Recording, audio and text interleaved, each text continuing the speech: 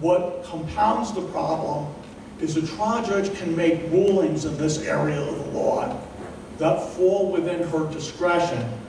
And when a trial judge is making a decision that's based on her discretion, it's even harder to defeat that ruling on appeal. So there's a lot of good reasons to open the door and say, what can we work out? What can we do to manage the risk? And that's what we did, and that's why we entered into settlement negotiations, and that's why we're going to present to you where we are tonight and what we hope to present in the near future. As for where we are with Fair Share Housing Center, I'm going to just speak very broadly since these agreements aren't finalized, and I'm going to resist too detailed questions about this because there are a few details that need to be resolved with entering into an agreement with Fair Share Housing Center and with Sylvan. But what we think we can accomplish in a settlement mode with Fair Share Housing Center is a dramatic reduction in what your obligations would be. We think we could adjust the number down. We're hoping to a number roughly 100. That's not finalized yet. And there will still be the issue of the unmet need. We've discussed at length what we can do with respect to that unmet need. And you'll be hearing from Mike Mistretta in a bit, and he'll tell you about that. In terms of, so that's in terms of the settlement with Fair Share Housing Center, we think we're going to be able to manage this risk of, instead of having an adjusted number of over 2 or over 300, we're going to be looking at a number much closer to 100. So Jeff, that 100 represents 20%, right? No, it's not based on 20%. It's based upon how much land is available, and we're still, going through that with Fair Share Housing Centers, what the adjustment would be. In a litigation mode, that wouldn't be 100. They would be pushing for a number way higher than that. But our plan was 77 on Hudson Terrace, so we could have found a few more. So, let me just. What happened to that plan? We're not done. What happened to that plan? They will answer questions after the presentation, Mayor. That wasn't a question, it was a statement. We're not, It's a question. we don't know that we're going to get 100. We're still negotiating with them. They're tough negotiators. We're trying to get the number down as low as we can. They're going to want to try to get the number higher. It's not done. That's why I'm being cautious about how much I say about it. Now, in terms of compliance, the contours of the agreement that we're trying to finalize and ultimately vote on, there'd be basically 2 things that you would need to do to address your adjusted number. You'd have to rezone the 800 Sylvan site to permit roughly 400 units, 80 of which would be affordable. And the municipal site, you would have to allow the development of 15 units, a 5-unit group home and 10 units of affordable housing, which would be radically less than if they fought and they succeeded and your adjusted number was 200 or 300. In terms of the portion of the obligation that you're not going to be able to create a realistic opportunity for, the so-called unmet needs segment, there are a number of things that Fair Share Housing Center is going to be looking for to address that. The difference between addressing an adjusted number and the unmet need, it's a different legal standard. The adjusted number, it's called the realistic development potential. And the way to think about it, you have an obligation to create a realistic opportunity for your realistic development potential. As to the portion that you don't have enough land to address, the so-called unmet need, which could be in the neighborhood of 400 units, in a settlement mode, you can decide on what you're going to do, and you're not going to be expected to meet the full 400, but make a good faith effort. So we've talked about what would satisfy Fair Share Housing Center with respect to the unmet need. So that is a broad summary, and what we were talking about there is, we would have a development fee ordinance, we would have an overlay ordinance in certain areas to allow development to occur at higher densities. And Mike Mistretta will go over that in greater detail.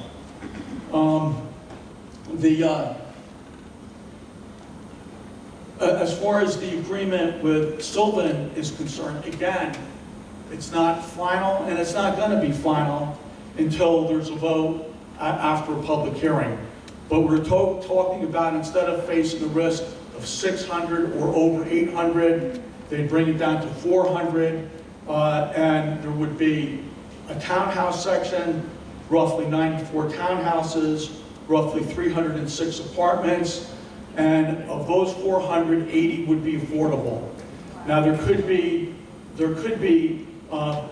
changes in how they go about addressing their affordable, and that 400 might come down slightly, but that would be the contour. Instead of having a risk of 6 or 800 plus, you would control the risk at 400, and you would control how that site would be developed. You would negotiate those terms, and that's what we've been doing. There'd be limits on height, there'd be limits on access to Floyd, there'd be limits on buffers and setbacks from Sylvan. There would be a number of features that we would negotiate into this to try to make that project as acceptable and as integrated in the community as possible. The other part of the agreement is what happens in these agreements is Fair Share Housing Center typically demands a fee. In the case of Englewood Cliffs, Fair Share Housing Center has asked for and demanded a particularly high fee because we've been litigating very hard for a while now. And part of the settlement would be that Sylvan would have to pay that tax. What are the numbers? What are the numbers? What's the litigation like? There's a concern, and there always has been a concern with developing on the Sylvan site number of school-age kids. You know, can our schools absorb the anticipated influx in children? And we have an expert here tonight, Bob Powell, who's analyzed that issue and who will speak to that issue. The agreement that that has yet to be finalized is they're going to want to make sure that they can move forward and develop their land, even if the planning board does not sign up and does not support their development. Towns can rezone even if the planning board doesn't, but that's what they would need so that we could get this down from a risk of 600 to 800 down to 400, and where we could control the kind of development that happens on the site. Now, I'd like to conclude with a few remarks. One, you might reasonably say, well, why are we settling? Towns settle to manage risk. There's a lot of risk here. And there's a lot of bad things that could happen in this litigation if we don't find a way to manage risk. Towns settle so that they know what they're getting instead of face the prospect that a judge decides it and makes decisions that you may hate, but you have no control over it. So we're doing our best in this negotiation process to come up with a project that is as integrated and as best for your community as possible. Do we wish we didn't have to deal with it? Sure. But that's not the reality. The reality is we're facing litigation. Judges is not happy. The demands are much higher. We're trying to control the risk and control what happens on the property. You know, there are several risks that we're managing by settling. One risk is if we didn't settle, we went forward with our own plan that didn't address and adjust the number of 77, or that addressed the number of just 77, not a number that of 150 or 250, or whatever the judge might rule. You know, that plan has an estimated price tag associated with it of $12.7 million. And there's no guarantee that the developer of that site would get tax credits and that you wouldn't suffer that $12.7 million exposure. And moreover, there's a danger that that cost could go higher. It was just an estimate. So settling manages that risk. In a litigation mode, the numbers that were proffered by and are advocated and that would be litigated range from 223 to 342. And through settlement, we're trying to whack that number and bring that number down as low as possible. What happens in 2025? Let me finish and I'll answer all questions.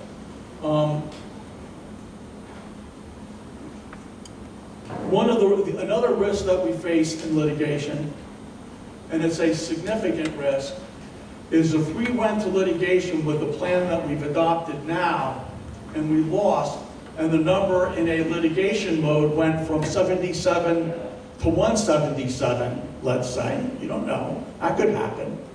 The question becomes, who gets to cure that 100? Now, under that scenario, I fight with every fiber of my being, no, we should get the right to cure that 100. In a litigation mode, Fair Share Housing Center and 800 Sylvan are going to say, no, we get to solve it. And they're going to take away your ability to control what happens on that property if that happens. Now, if we had produced a boatload of affordable housing and we could show this as a minor slippage, that's one thing. No, one unit of affordable housing we can point to. Not one. So there's that. There's a risk that, that we lose the appeal. I mean, right now our appellate papers will probably be due the end of August. We did everything we could to put it off as long as we could. But if this case doesn't settle and we go to litigation, and an appellate court says, you know, Judge Toscos wrongfully dismissed their suit, they're entitled to seek a builder's remedy. I don't think they're going to be seeking 400 units. I think they're going to be demanding a lot more. We control that risk if we settle.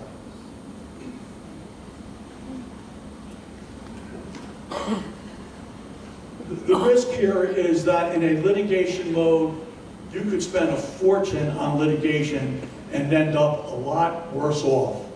So the reason why towns settle is not because they love the developer. They settle because they're trying to manage risk. And there's a tremendous amount of risk.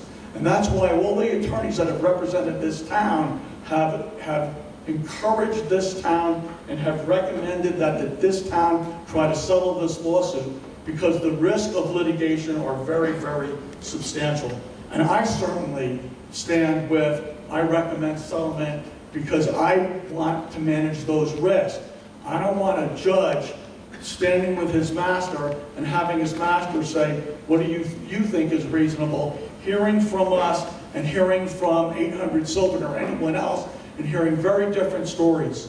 I would rather have some measure of control about what goes on that site and make that as best as possible. So I recommend settlement. And those are my comments. I don't know if you want to... What happens in 2025? That's a legal issue. In 2025, it starts all over again. Yes, sir. Okay? 6 years. In 2025... So everything starts over again in 2025? Yeah, and let me make a public official announcement. Talk to your legislatures.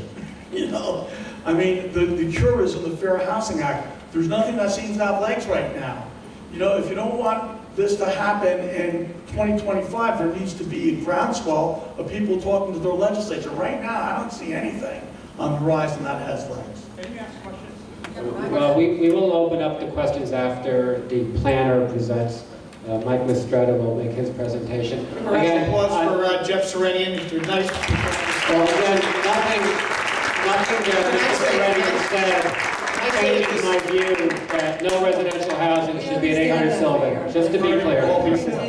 And I would just like to say at this juncture, wow, you guys were wonderful. I mean, you guys sat, you listened to all of this, there was nothing going on. Round of applause for you guys, because that is They're patronizing everyone.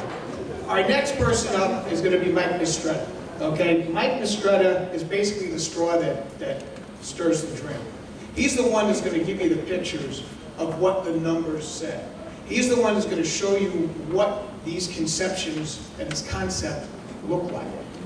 He's a partner at Harper Associates in Cranford, New Jersey since 1990. His principal focus is on addressing municipalities' affordable housing obligations. His expertise in consulting are found in the townships of Berkeley Heights, Scotch Plains, Mount Laurel, Cranford, Garwood, City of Elizabeth, Kenilworth, and Hillside. He has a Bachelor of Science degree in Environmental Planning and Design, as well as Landscape Architecture from Cook College at Rutgers University, and has done graduate work in City and Regional Planning at Rutgers. He holds professional planner licenses, as well as Landscape Architecture license. He's going to give us a slideshow presentation. They don't call it slideshows anymore, I'm sorry, I'm not up on all that new trends. But they're going to do that. I know it's like inherent the wind in here, but please pay attention and let's bring it over to Mike Mistretta.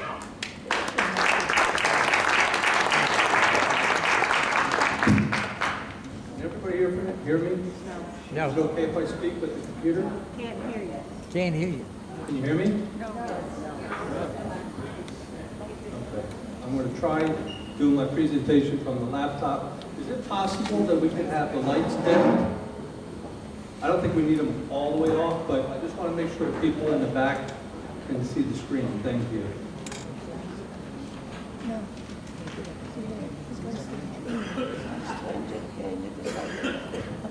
All the way in the back? Can you see the screen? Okay, thank you. I have a very short PowerPoint. I'm better with graphics than speaking. I think graphics will tell a better story. My presentation is really broken up into 3 phases. The first phase is very short. What did we adopt in December of 2018? A little summary of that. And then Mr. Serenian went through what happened since then and the settlement negotiations. And then I'm going to walk you through generally where we are.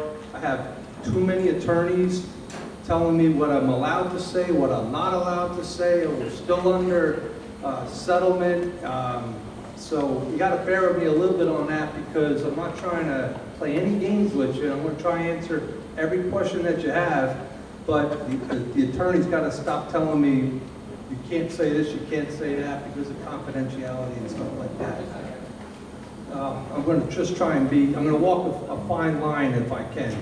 And then I'm going to end this PowerPoint presentation, and then I'm going to put up a separate slide, which is a concept plan that I'm still working on. Just to give you, I'll say it again when I get there, but I have to close out this PowerPoint, go to the concept plan. It's too large of a file on 800 Sylvan, so if you bear with me, I'll bring that document up when I'm done. My first slide is, some of you may have attended the planning board hearing back in December of 2018. Myself and Mr. Serenian did a presentation. I prepared what's called a housing element and fair share plan.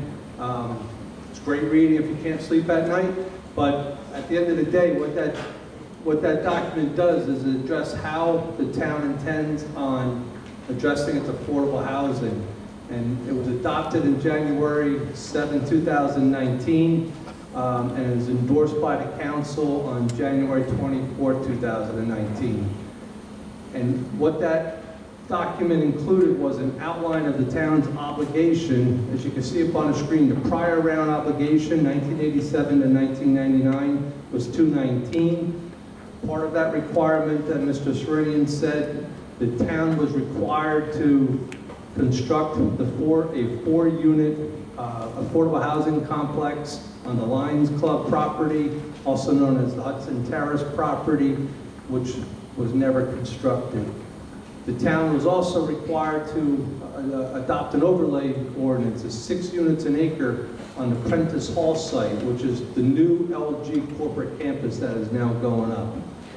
But we never adopted that ordinance. That ordinance was supposed to be for a 6 unit per acre over 25 acres. And again, it's an overlay ordinance. It would have allowed for 150 units to be constructed on that site, which would have 30 affordable housing units built within that project. That was never done, okay? Then the third round came 1999 to 2025, our number was 365. So our total is 584. That's the magic number that we're still trying to get our hands around. The plan that I presented in December and was approved in January addressed what's called the realistic development potential, an RDP of 77 units. And we did that by putting a 100% affordable housing site on the Hudson Terrace property, right next to Borough Hall. And along with our bonus credits, we had 57 units, plus our credits, our bonus credits for doing family rental units. We were able to meet the magic number, the RDP of 77. That's the document that I completed. I testified to it, and it's on record, and that's where the town is at this moment. That same document was also submitted to the court and as part of this ongoing litigation. As part of that plan, this unmet need, we had 3 overlay areas, one on East Palisades Avenue, one on Hudson Terrace, and one known as the B3 zone rehabilitation area. And collectively, we would have, those are overlay zones, altogether we would have gotten 95 affordable housing units on those 3 overlay areas. The borough also adopted what's called a mandatory set-aside ordinance in October of 2018, which essentially says if you come in for a project that has above a certain number of a certain number of residential units, they would have a mandate that you incorporate affordable housing within your project if it's above 5 units or more. Now, sorry if this is a hard drawing to look at, but this is the document. I was just talking about this 55-unit project. This is the concept that was part of that plan. In order to get those 55 units on the Hudson Terrace site, there was a consideration of rearranging and rehabilitating some of the municipal buildings. In this scenario, the police station and the community center would have been reconstructed next to the firehouse, opening up land where we could accommodate more units, and all of the properties would have been constructed on borough-owned land. Altogether, we showed 55 units on this plan. That was our plan, the 55 units, and you also get 20 bonus credits for doing those units. So we're meeting a number of 77 with this plan. I spoke of the 3 overlay areas. One is the green area all the way to my left was the B3 zone. Then we had the Hudson Terrace, which is the purple. And then we had the East Palisades Avenue overlay. Those are what's in our plan today. Those are my 3 overlay areas. What does an overlay area mean? It means the existing zoning on those properties, if you own any of those properties in those 3 areas identified on this map, the underlying zoning remains intact. Nothing changes on the underlying zoning. But you get this added right, this overlay zoning, that if you wanted to build housing, we gave you 2 options. One, you could do a 100% residential project, market rate project, and if you did that, it was based on a density of 15 units an acre, and you had to provide a set-aside within those units of 15% if it was rental, 20% if it was for sale. As an encouragement to create some type of meaningful downtown or strengthen our commercial corridors, we increased the density to 20 units an acre, 20 residential units an acre, if you also incorporated a mixed-use component. The first floor would be a retail, commercial, restaurant use, and then there would be 2 levels of apartments on top of that. And by incorporating that mixed-use restaurant, apartments over retail, commercial, you got a density bonus to go up to 20 units an acre. So that's the plan that's on file today. That's the plan that I presented to the planning board and was adopted by the planning board in January and endorsed by the council. Now, the next slides go into what has changed since then, why has it changed, what type of numbers am I looking at, and how are we addressing it. After we submitted this report, and it was adopted by the planning board and the council, it was also used as my expert report on this litigation that was filed with the court. Again, my report on top, Borough of Englewood Cliffs, I provided a plan that reached 77 units. I'll skip to the prospective settlement for a minute. What happened after that was 2 additional reports challenging my report. 800 Sylvan hires an expert planner who does his own report. He submitted a report that's on file with the court, and he says the RDP should be 161 to 334 in our town. Fair Share Housing Center hires their planner, expert witness, and he prepared a report, filed it with the court, and that report said the RDP should be 223. What's it? Sorry? Yes, 223 affordable housing units. Now, the one that's missing is a court-appointed special master who's like an arm of the court, if you will, supposed to be the mediator between all of the parties. There's no number there. That report has been withheld. That's on hold right now. All right? All sides have agreed. The court, our borough, and 800 Sylvan and Fair Share Housing have agreed that that report will not be released unless we cannot settle this. If we cannot settle this and it goes to court, then that report gets released. I don't know what that number is, so that's why it's blank up there.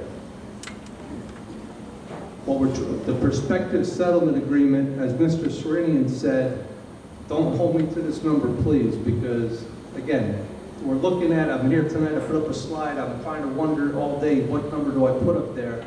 I've been involved in this every day. I have 100 plus or minus. It could go down a little bit, it can go up a little bit if we agree to settle. So I'm just trying to be as honest with you as I can, but I don't know what that number is going to be at the end of the day to settle.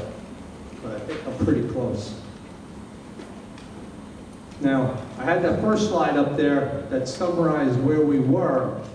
What are the changes between this? If we do this settlement agreement, and again, I'm at a very high level without trying to get into too much details, I had that previous slide that summarized where we were. I had the RDP at 77. The RDP would now go to around 100, maybe a little bit more, maybe a little bit less. That 100% affordable housing site, we had 57 units over there. That goes to 15 units, okay, under the settlement arrangement. So we dropped that from 57 to only 15 units, and I'll get the slides on every one of these sites in a minute, would be constructed on Hudson Terrace. And then there's 800 Sylvan Avenue. We would collect 80 credits on that property if we were to agree to this settlement. That 80 credits is based on 400 units total. Within the 400 units, 20% set aside. That's how we get the 80 units. On the unmet need, I spoke of 3 overlay areas before. And they all had it was either a 15 or a 20% set aside. Under the settlement, all of the set asides would be 20%, regardless if you're a 100% residential project or if you're a mixed-use project. It wouldn't matter anymore, and we would still have a 20% set aside. If we were to settle the East Palisades Avenue overlay area, if you remember the blue area, I'll go back there in a minute, that comes off the board. That's eliminated. We don't do that. The Hudson Terrace and the B3 zone, the purple and the blue, the green areas remain. The number of units collected would go up because we would go up to that 20% set aside. And 3 new things would come on the table. And I have concepts and for each one of these, and I'll go over one by one. I'm not going to rush through it too quickly. 111 Sylvan Avenue, we would pick up 9 units there on an overlay. Sisters of Peace property, we would allow affordable housing units on that property. They would be all age restricted. I should have said that with the 111 Sylvan Avenue. Also, all age restricted on those properties. And then 1000 Sylvan Avenue, we go back to Prentice Hall on the new